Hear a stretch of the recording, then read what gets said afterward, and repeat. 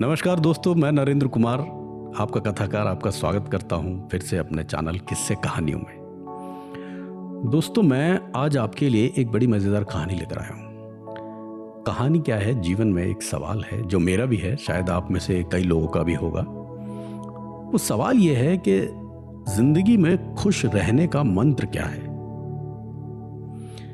सवाल का जवाब तो मुझे नहीं मिला, लेकिन मुझे एक कहानी मिली है, आपके साथ शेयर करता हूं, शायद आपको पसंद आए। कहानी कुछ इस तरह से है कि गौतम बुद्ध के एक शिष्य थे, काश्यप। बुद्ध उन्हें पूर्ण काश्यप कहा करते थे।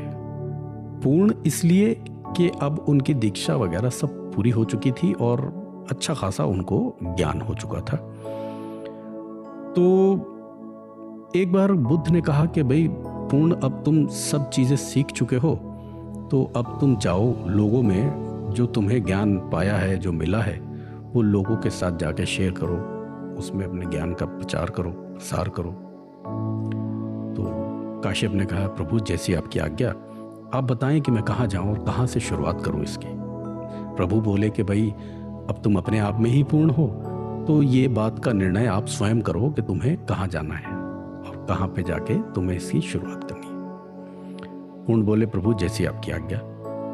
प्रभु मैं सूखा से शुरू करना चाहता हूँ। सूखा बिहार में एक जगह है, वहाँ से। तो प्रभु ने बोला, देखो वैसे तो ये तुम्हारी इच्छा है, जहाँ मर्जी जाके शुरुआत करो, ज्ञान को बांटो, लेकिन मैं तुम्हें एक सलाह देता हूँ कि तुम सूखा से इसकी शुरुआत मत करो, क्योंकि वहाँ के लोग जो हैं वो बड़े ही जंगली प्रवृत्ति के हैं, अपमानित करते हैं लोगों को, मारपीट लड़ाई झगड़ा करते हैं। तो तुम जिंदगी की शुरुआत करने जा रहे हो तो शायद टूट जाओगे, तो ये सब मत करना, वहां से मत जाओ, कहीं और से शुरुआत करो।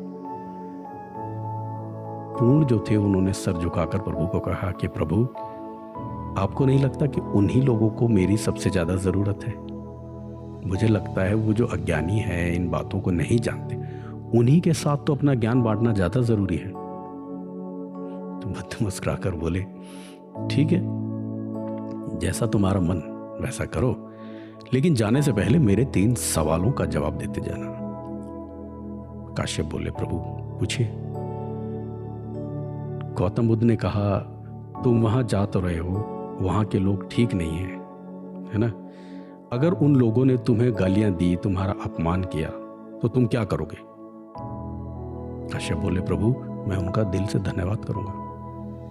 क्यों? क्योंकि उन्होंने मुझे सिर्फ गालियां दी, मेरा अपमान किया है, मारा तो नहीं।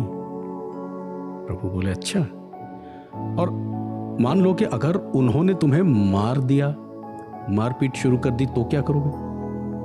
तो बोला, प्रभु मैं उनका फिर धन्यवाद करूंगा, क्योंकि उन्होंने मुझे सिर्फ मारपीट करी है, अपमानित किया है, जान से तो नहीं मारा।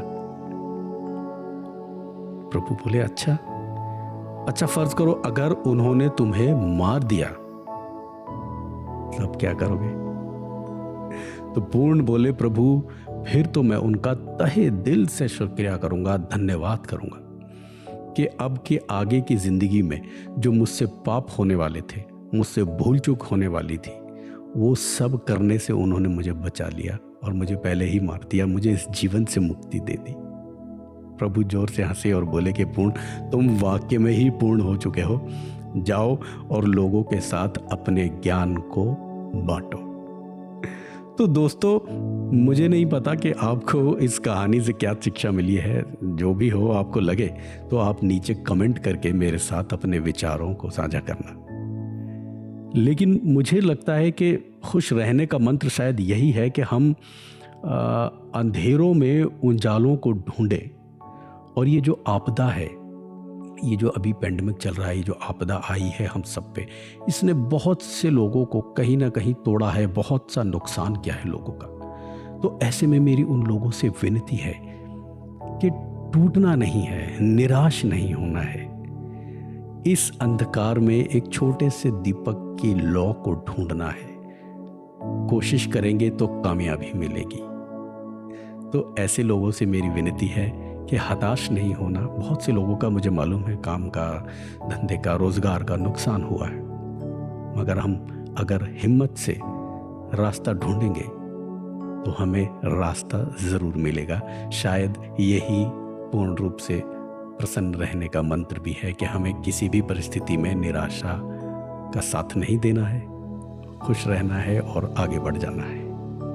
और मैं सबसे यही कहना चाहूँगा कि दोस्तों, लॉकडाउन जो है वो खुल चुका है, अनलॉक हो चुका है, तो आप अब बाहर जाएं अगर तो बड़ी सावधानी से जाएं, मास्क लगा कर जाएं, सैनिटाइज़र की बोतल है उसको अपने साथ लेके जाएं, कोशिश करें कि भीड़ वाली जगह में ना जाएं। इसी के साथ मैं मिलता हूं आपसे अगली स्टोरी में।